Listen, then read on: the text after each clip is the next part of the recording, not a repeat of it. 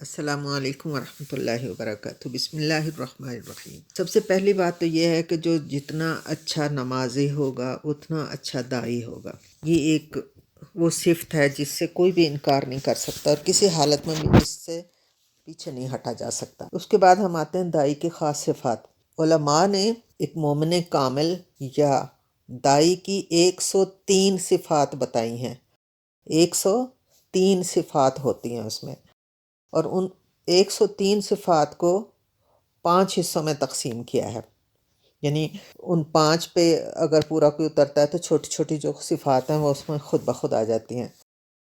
پہلی صفات ہیں فعلی، اور دوسری ہے عملی، تیسری ہے نیتی، اور تیسری ظاہری اور باطنی صفات۔ اب فعل کیا ہے، صفات فعلی کیا ہیں؟ یعنی وہ کام جو کبھی کبھار ہوتے ہیں اور حالات و واقعات کی وجہ سے اسے کرنے ہوتے ہیں یا مجبوراً کرنے پڑتے ہیں یا شوق سے یا جیسے بھی، وہ روز کے نہیں ہوتے، بس کبھی کبھار ہو جاتے ہیں۔ ان میں بھی وہ ساری مومنانہ صفات ہونی چاہیے جو کہ ایک داعی کے اندر ہیں۔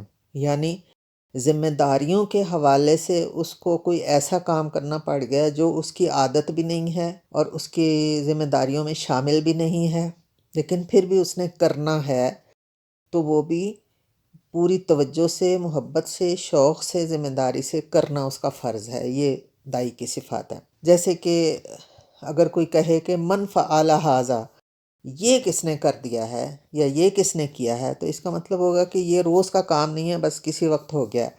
اس کے بعد آتی ہے صفت عملی۔ جیسے اللہ تعالیٰ نے قرآن پاک میں فرمایا ہے عامل الصالحات، یعنی عامل الصالحات ایک مستقل کرنے والا کام ہے۔ اس کی ہر کام میں صالحیت ہوتی ہے، یعنی جو بھی کام وہ کرتا ہے مستقل وہ صالح کام کرتا ہے۔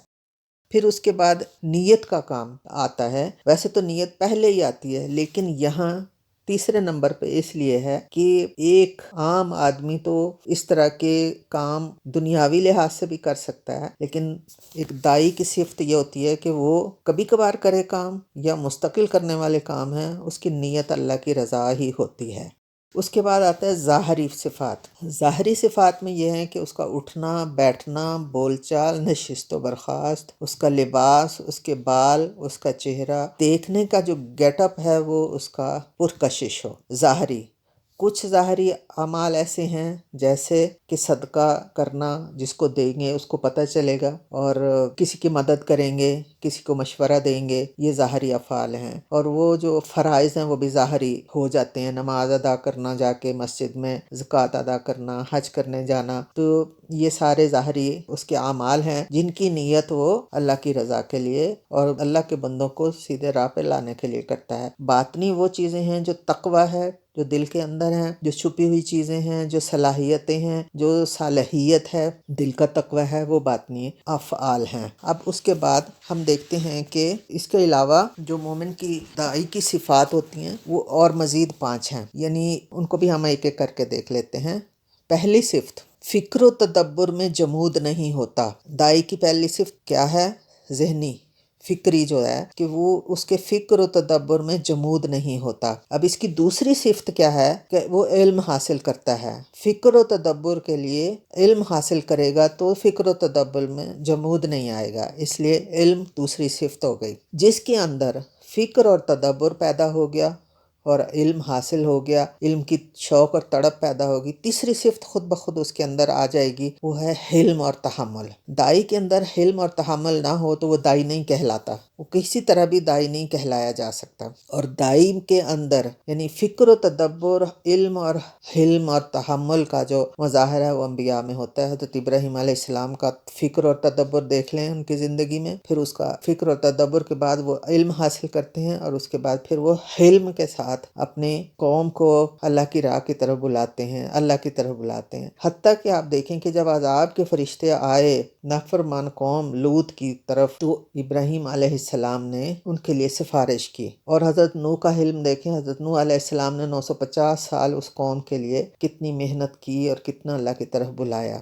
نبی صلی اللہ علیہ وسلم کا حلم، فکر و تدبر دیکھ لیں، غار حرا میں جانا، پھر علم کا دیکھ لیں، اللہ تعالیٰ نے خود براہ راست ان کو علم دیا، اور حلم کتنا تھا اور تحمل کتنا تھا۔ یہ وہ صفات ہیں، اس کے بغیر دائی مکمل نہیں ہو سکتا۔ اس کے بعد پانچویں صفت جو ہے دائی کی خصوصی، یہ سارے انبیاء کی صفات ہیں، پانچویں صفت دائی کی یہ ہے کہ وہ بحث مباحثے میں نرم لب و لہجہ رکھے اور غصے میں کبھی نہ آئے، اور کسی بھی بات کو انا کا مسئلہ نہ بنائے۔ اس کی سب سے بڑی مثال آپ دیکھیں کہ فرعون کے دربار میں حضرت موسیٰ علیہ السلام کو اللہ تعالیٰ نے جب بھیجا تو یہ نصیحت کر کے بھیجا، حالانکہ فرعون کیا تھا، وہ خود کو اللہ کے مقابلے میں لے آیا تھا، اپنے آپ کو خدا کہلاتا تھا۔ تو اللہ تعالیٰ نے سیدنا موسیٰ علیہ السلام کو نصیحت کی کہ جا کے نرم لہجے میں بات کرنا، نرم زبان استعمال کرنا۔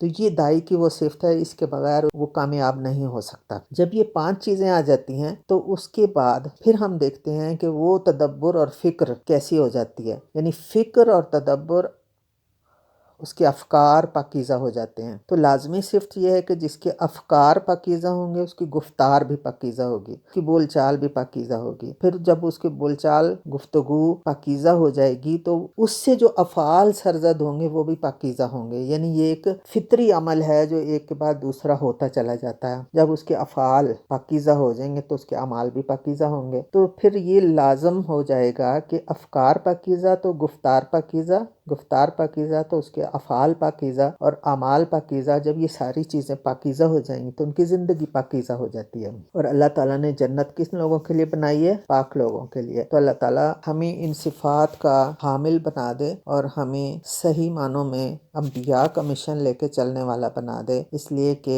علم انبیاء کا ورثہ ہے اور اللہ کی طرف بلانا انبیاء کا مشن ہے۔ اور ہم جو دعا کرتے ہیں کہ اے اللہ ہمیں انبیاء کے ساتھ رفاقت انبیاء کی نصیب کرے، تو وہ اسی شکل میں اور اسی صورت میں آئے گی جب ہمارے اندر یہ صفات پیدا ہوں گی جو انبیاء کی تھیں۔ تو اللہ تعالیٰ سے ہم دلی دعا کرتے ہیں کہ اللہ ہمارے اندر سے خطائیں ہماری نکال دے، ہماری برائیاں ہم سے دور کر دے اور ہمیں صالحین میں شامل کر لے۔ ربنا تقبل منا انک انت السمیع العلیم وتب علینا انک انت التواب الرحیم، وصلی اللہ تعالی علی خیر خلقہ محمد وآلہ وصحبہ اجمعین برحمتک یا ارحم الراحمین، آمین یا رب العالمین۔